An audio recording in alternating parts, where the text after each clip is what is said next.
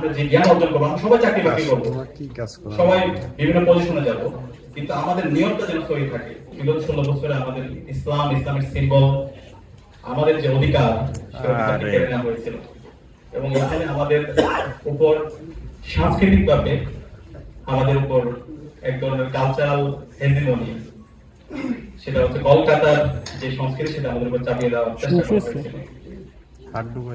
আলহামদুলিল্লাহ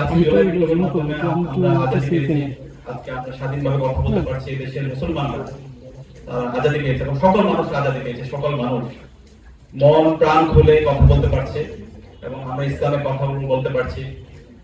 আজকে আমরা শহীদদের শ্রদ্ধা স্মরণ করছি। আল্লাহ সকল শহীদদের জান্নাতুল ফেরদৌসে মানুষের কবুল করে। আমরা যদি আল্লাহ রাসূল সাল্লাল্লাহু আলাইহি ওয়াসাল্লামের সিরা পড়ি, রাসূল সাল্লাল্লাহু আলাইহি ওয়াসাল্লামের সিরা আমাদের সবকিছু আছে। আল্লাহ তাআলা কোরআনের মধ্যে বলেছেন, লাকাদ কানা লাকুম ফি রাসূলিল্লাহি উসওয়াতুন হাসানাহ, তোমাদের জন্য আল্লাহ রাসূল সাল্লাল্লাহু আলাইহি ওয়াসাল্লামের মাঝে রয়েছে সর্বোত্তম অনুকরণীয় আদর্শ।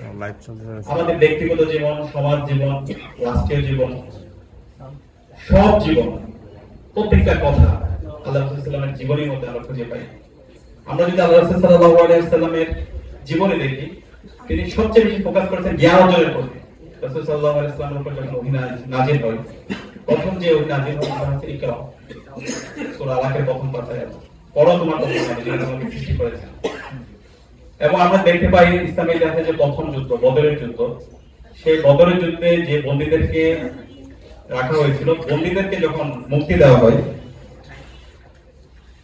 যারা মুসলমানদেরকে, যে সমস্ত বন্দীরা শিক্ষা দিচ্ছিল, তাদেরকে সবার আগে মুক্তি দেওয়া হয়। এবং আমরা যে দোয়া করি, আল্লাহ রাসূল সাল্লাল্লাহু আলাইহি ওয়াসাল্লাম আমাদেরকে যে দোয়া শিখিয়েছেন, সেই দোয়ার মধ্যে আমরা যদি একটি দোয়া সবসময় পড়ি, আল্লাহুম্মা ইন্নী আসআলুকা ইলমান নাফিআ ওয়া রিজকান তাইয়্যিবা ওয়া আমালান মুতাকাব্বালা, আমাদেরকে এমন দোয়া শিখিয়েছেন যে এলমটা মানুষের উপকারের কারণ হয়। আমরা যারা বিশ্ববিদ্যালয়ের শিক্ষার্থী আছি, কিন্তু আমাদের অনেক বড় শিক্ষা আছে, আমরা পড়াশোনা করছি, আমরা যে ঢাকা বিশ্ববিদ্যালয়ে পড়াশোনা করছি, আল্লাহ তাআলা আমাদেরকে এত বড় একটা প্রতিষ্ঠানে পড়াশোনার সুযোগ করে দিয়েছে।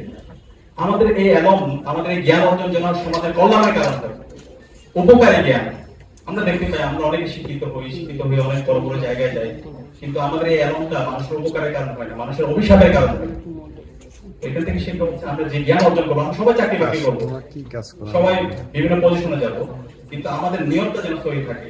আমি যে পজিশনে যাই না কেন, সেই পজিশনে গিয়ে যেন আমি সমাজের সোর্স অফ বেনিফিটের কারণ হই, কল্যাণের কারণ হই, আমার মাধ্যমে কোনো যেন অকল্যাণ না হয়, সেই ধরনের শিক্ষা আল্লাহ রাসূল সাল্লাল্লাহু আলাইহি ওয়াসাল্লামের সিরাত থেকে আমরা পাই। দ্বিতীয়ত আমরা দেখতে পাই আল্লাহ রাসূল সাল্লাল্লাহু আলাইহি ওয়াসাল্লামের পুরো জীবন জুড়ে তিনি ইনসাফ এবং আদালতের কথা বলে গিয়েছেন। আল্লাহ রাসূল সাল্লাল্লাহু আলাইহি ওয়াসাল্লামের কাছে একটা সুপারিশ আসছিল একজনের ব্যাপারে, যে বলা হচ্ছিল একজন দোষী মহিলা, তাকে ক্ষমা করার ব্যাপারে সুপারিশ আসছিল। হ্যাঁ, তখন আল্লাহ রাসূল সাল্লাল্লাহু আলাইহি ওয়াসাল্লাম বলছিলেন, আমার মেয়ে ফাতেমা যদি এই সুপারিশ করে আমি তার হাত কেটে ফেলবো। এই জন্য ইনসাফ এবং আদালতের ব্যাপারে তিনি স্ট্রিক্ট ছিলেন। তো আমাদের এখান থেকে শিক্ষা হচ্ছে আমরা সবসময় ইনসাফ এবং আদালতের প্রশ্নে যেন সবসময় অটল থাকি, কারোর প্রতি কোনো জুলুম না করি, কোন ধরনের যেন বৈষম্য না করি, সেটা হচ্ছে আল্লাহ রাসূল সাল্লাল্লাহু আলাইহি ওয়াসাল্লামের জীবন থেকে শিক্ষা। আমরা এখানে ঢাকা বিশ্ববিদ্যালয়ে যারা আছি, আমরা আগামীতে রাষ্ট্রনায়ক হব, আমরা রাষ্ট্রের বিভিন্ন পজিশনে যাব, এই জায়গায় গিয়ে আমরা যেন কোনো ধরনের জুলুম না করি, এবং যে পজিশনে থাকি, আমি যদি পরিবারের একজন সদস্য, পরিবারের সকল মানুষের উপর যেন আমি ইনসাফ কায়েম করি, আমি যে হলে থাকি সবার উপর যেন ইনসাফ কায়েম করি, আমি যেখানে থাকি না কেন সবসময় যেন আমি ইনসাফ এবং আদালত কায়েম করি। এবং আল্লাহ রাসূল সাল্লাল্লাহু আলাইহি ওয়াসাল্লাম যদি আপনারা পড়েন, তিনি ছোটবেলা থেকে তার এটা বাস্তব নমুনা হয়েছে। তিনি হিলফুল ফুজুল প্রতিষ্ঠা করেছিলেন সে আইয়ামে জাহিলিয়াতের সময়, যখন ছোটখাটো বিষয় নিয়ে বছরের পর বছর যুদ্ধ চলতে থাকতো, এবং এই হিলফুল ফুজুলের মাধ্যমে তিনি সবাইকে, সকল মানুষদেরকে ঐক্যবদ্ধ করতে পেরেছিলেন এবং জালেমের বিরুদ্ধে, জুলুমের বিরুদ্ধে তিনি তার প্রতিবাদ করে জারি রেখেছিলেন। এরপর আল্লাহ রাসূল সাল্লাল্লাহু আলাইহি ওয়াসাল্লামের যদি আমরা জীবনে দেখি, তিনি ঐক্য এবং ভ্রাতৃত্বের অনন্য প্রতীক ছিল। সবাইকে নিয়ে একসাথে চলা। আল্লাহ রাসূল সাল্লাল্লাহু আলাইহি ওয়াসাল্লামের যদি মাদানী জীবন আমরা পড়ি, রাসূল সাল্লাল্লাহু আলাইহি ওয়াসাল্লামের যে মদিনা রাষ্ট্র, সেখানে তিনি সবাইকে নিয়ে একসাথে তিনি চলেছেন। এবং ঐক্য এবং ভ্রাতৃত্ব, যারা হিজরত করেছিল, মুহাজির, যারা আনসার ছিল, তারা সবাই একসাথে কিভাবে কাজ করা যায়, একসাথে কিভাবে রাষ্ট্রকে নির্মাণ করা যায়, এবং ওখানে যারা ইহুদি ছিল, যারা খ্রিস্টান ছিল,